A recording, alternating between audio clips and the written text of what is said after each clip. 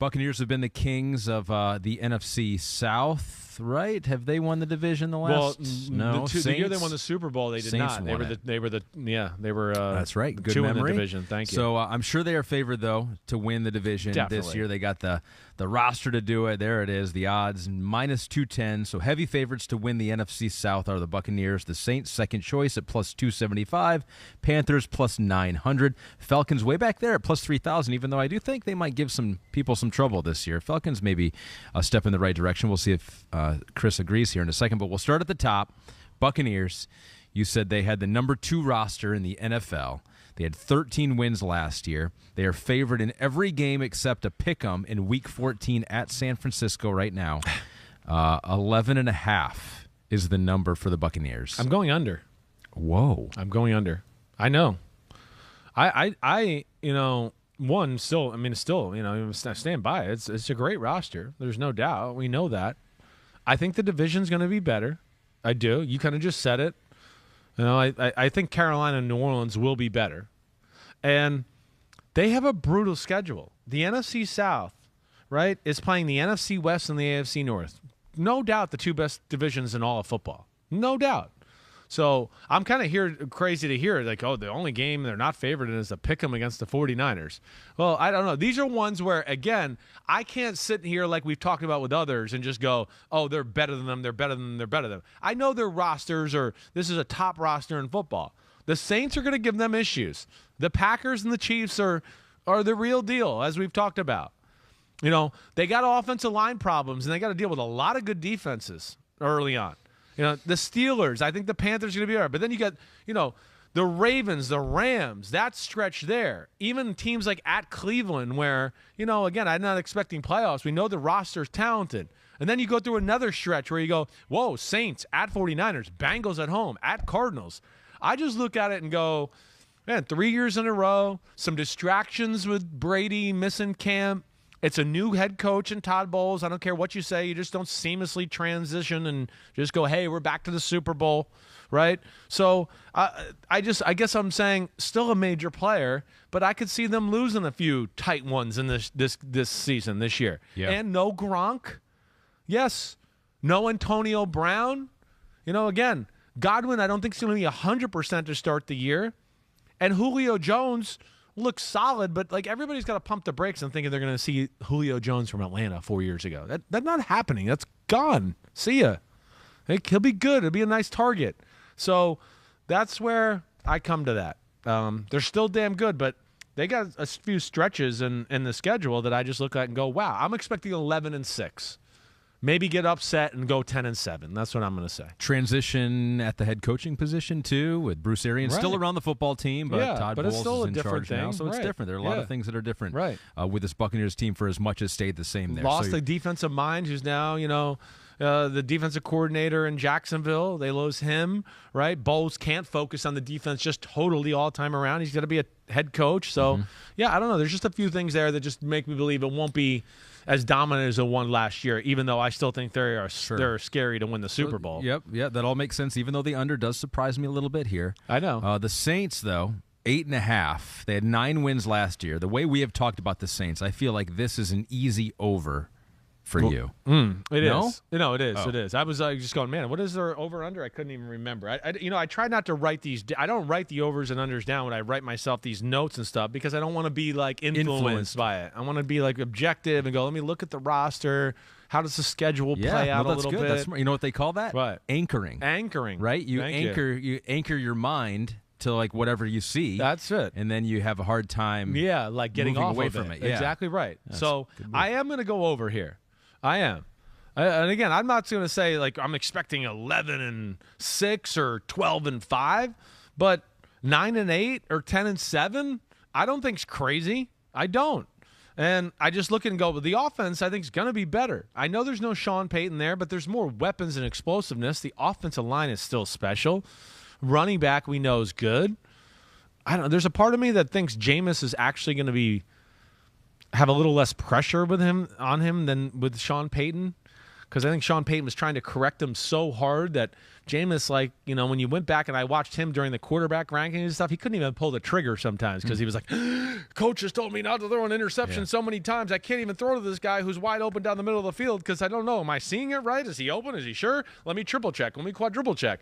Oh, you're sacked. Isn't that what he needed, though? He did need it. He did it. So this is where I think he can be a little more free this year. Sure. And I don't know if I should blame Sean Payton there. That's probably not fair. No, but I get it. But you know what I'm saying. Right. And yeah, their defense, I mean, again, their defensive line will never be outclassed by anybody. Linebackers, secondaries, good. I do worry about them aging a little bit. Like, is Demario Davis, we're at that point where Cam Jordan's Demario Davis is the world. You go, could this be the year where they're just not the guy we remember? So there is that aspect. And their schedule has some brutal stretches. And I will say that. That is what scares me. Like, you could look at this team and go, I could see them starting off the year 3-1, 4-1, right? I could see them beating the Falcons, beating the Panthers, beating the Vikings, beating the Seahawks, and they lost to the Bucs. And you go, whoa, the Saints are 4-1. But then they have stretches like you see in week 6 through 13 where you say, holy shit, Batman, that's ridiculous. Bengals, Cardinals, Raiders, Ravens, Steelers, Rams, 49ers, Bucs. Yeah. And then the bye week? Yeah. I mean, that's about as tough as stretches you're going to see in football. So that's where I think there can be, some 500 football played, and the start of the season will be crucial for them. Yeah, they could be a 10-win team, but better than some 12-win teams with that schedule. Exactly right. Exactly. It's kind of the way I almost feel with the Bucs, or it's just like, there's the record might not show it. And again, we've seen plenty of teams be wild card teams the last 2 years, and they win the Super Bowl. Last year we had 2 wild card teams in the Super Bowl. So don't forget that. Don't give away anything that could be in your playoff bracket. We'll get to that here in just a second. Yep. So the rest of the NFC South, the Panthers, great start last year, terrible finish, ended up 5-12. Their over/under is 6.5 with Baker Mayfield at the helm now. Defense was good last year, fell off at the end of the year. 6.5 for the Panthers in a must-win year. Maybe a must-playoff year for Matt Rule. It might be, or at least the cusp of the playoffs. Yeah. I love the Panthers. There's, that's kind of my team where I wanna latch on. I guess there's just, and like, I think it is right in this range where, I want to say 6-11, 7-10, right? I'm going to go under and say 6. I gotta see the O-line work. I gotta see McCaffrey stay healthy. I know Baker and DJ Moore and Robbie Anderson are gonna make some plays. I get that. McCaffrey's health is huge. The defense is really good. I just also want to go like, who's gonna be like the marquee studs that show up and fourth quarter we're up by 3 and make 2 big sacks to end the game or whatever. Derek Brown's really good. He didn't play as good last year as maybe he should have. I like Brian Burns, but there's no Hassan Reddick there. I don't know about J.C. Horn. What's he going to look like? So I found myself going, man, I want to like them with my heart, but my brain is giving me questions. So I'm going to go under there. And again, I don't think it's much under. I think it's 6-11, right in that range. Right. So under for the Panthers, over for the Saints, under for the Buccaneers. We rounded out with the Falcons, who I said could be better this year. Yeah. They won 7 games last year. They're the best, amazing. They made expectations too high by doing that. They weren't a 7-win football team, but the schedule shook out the right way, and they beat those 50 teams that we talked about, and Matt Ryan was there. But maybe Vegas knows that because Pete's noting here that they are not favored in a single game this year. Yeah. They've got a couple pick'ems in there, but they won 7 games last year. Their over-under is down at 4.5. So everyone is seeing what you saw there. Yeah. I'm going to go the under. You're even going under a 4.5. So they won 7 last year. I know. They're going to win fewer than they're 5 games. They're one I look at and just go, they're going to be very competitive. O-line, I don't, dislike. But again, it comes down to it. I like Arthur Smith, but I just look at their team and would just go, well, like, where, what, what? Tell me who, like, I think we hit on this a little bit. AJ Terrell, love him at corner. I think he is phenomenal. Grady Jarrett in the middle. really damn good. But then, like, who else are we talking about? Inside linebackers, I don't think are anything special anymore. Deion Jones is good, but he's not, like, in the conversation for best linebackers in football. Pitts is awesome and an all-pro tight end.